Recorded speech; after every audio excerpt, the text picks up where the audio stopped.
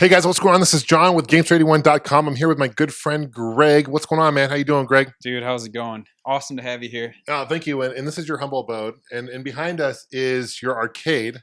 Yeah, you're in my basement. This is awesome.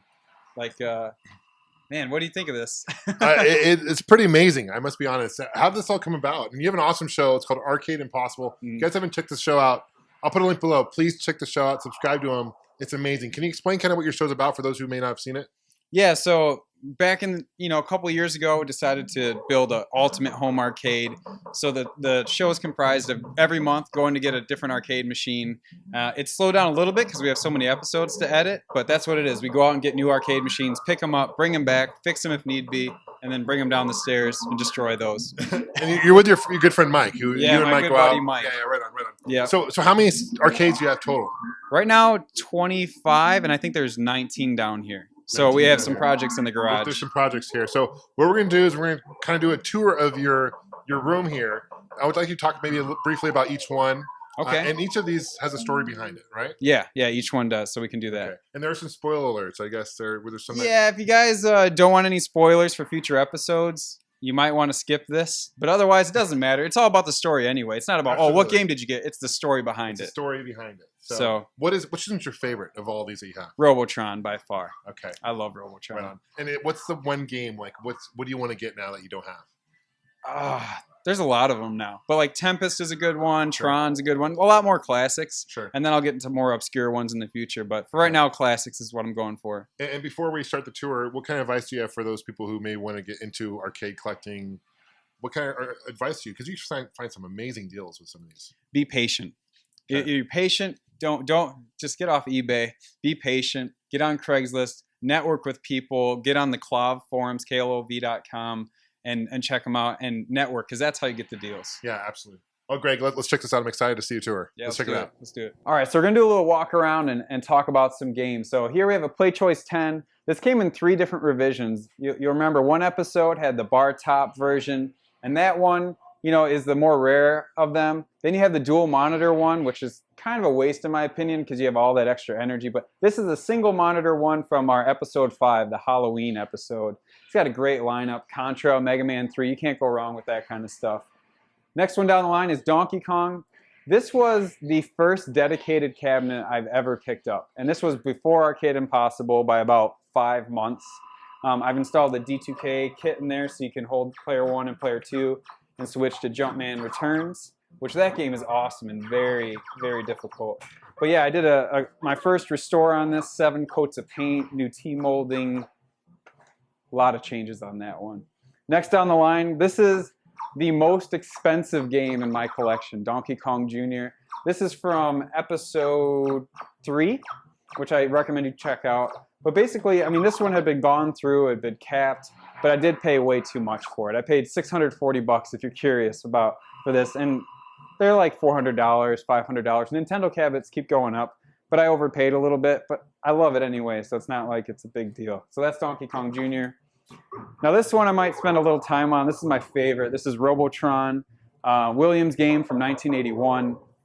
This thing, it's really tough to find Robotron games because no one wants to get rid of them. And this is a full restore I did.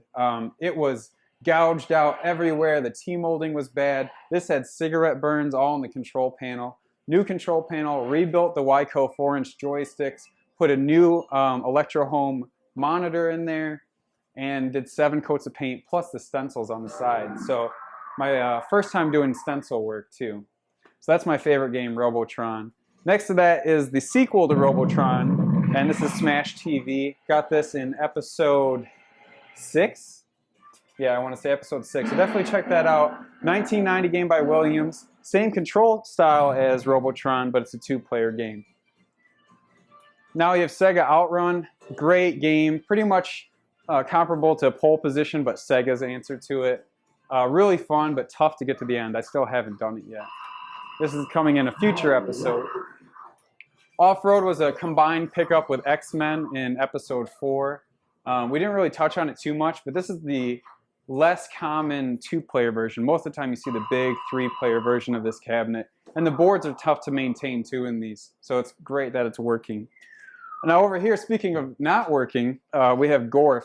which in the last episode we did get working, but I had some ROM issues after that and RAM issues. So we're still going through identifying those. It does boot up, but it's playable, but it doesn't look great. But that's in the last episode, episode 12. All right, so here we have Metal Slug 6. This isn't in the original cabinet that the Atomiswave system came in, but this is an Atomiswave. And I don't know if you can peek in here, but you have this cartridge-based system, and they swap out. So we have Metal Slug 6, and then we have King of Fighters that's in there right now. But that's a Atomiswave system. It's like a Neo Geo. Yeah, like a Neo Geo. It's a late, Sammy release kind of thing. But now we have a newly acquired one. This one I love. It has both Killer Instinct 1 and 2 in there. I picked up Killer Instinct 1. It's just great. And that's going to be a future episode, so I don't want to tell any more about that one. What's that? Duct tape? All right, there we go. Centipede. Centipede, this is one I got really cheap. I mean, you'll find this as you collect. Like, you'll come across great deals. And I was patient on this. The guy originally wanted $450. I waited a little while, and I got it for like $100 or $120, I think. So we put in an optical trackball. It's super smooth. I think that's episode 7 for that one. Really short, but definitely check that one out. What can you say about Pole Position? It's a classic. So much fun. Really competitive. Saves your high scores. That's going to be a future episode. Another future episode pickup, Asteroids Deluxe. Sequel to Asteroids, obviously. You have a shield instead of hyperspace jumping around. And it has a black light and this angled glass to give you a 3D look. And it just looks so cool. Like, there's no way a camera will do it justice, but definitely check those out if you see one on location anywhere. Now, this next game I'm hooked on, and look how beautiful the side art is on this. This is another Atari great. A lot of people don't like this, I don't know why, but 1981 Space Duel. And you have co-op asteroids. I mean, look at this. Co-op, 2 people can play at the same time. Such a good game. Love it. Now for parties, these get a lot of use. These are the San Francisco Rush the Rocks. We did in episode 8. I recapped both the monitors, so they're a lot brighter, but these Neotech monitors are notorious to work on. I hate working on those monitors, but finally they're bright and nice. And these are Rush the Rocks. We hope to get a bunch more of these, at least have 4 of them for multiplayer. This hard driving is featured in the intro, but it's also in episode 10, I believe. Hard driving, great classic game. I'm the most nostalgic for this game as a little kid because I would jump in this as a little kid, pretend like I'm driving. And it was rough, but the key and the shifter, and it actually had a working clutch. I got this thing for $80 and it's featured in the intro of our episodes. But if you see one, you gotta play it. And then over here, this one was moved because it's the only 4-player game we have down here. Classic Konami, beat 'em up, X-Men. Other good ones are, the Turtles game or Sunset Riders or The Simpsons, all playable in this cabinet. So I hope to do a switcher, but X-Men gets a lot of play down here. And that's pretty much it, besides the cocktails. So let's get through the cocktails quick. Asteroids I got in episode 2.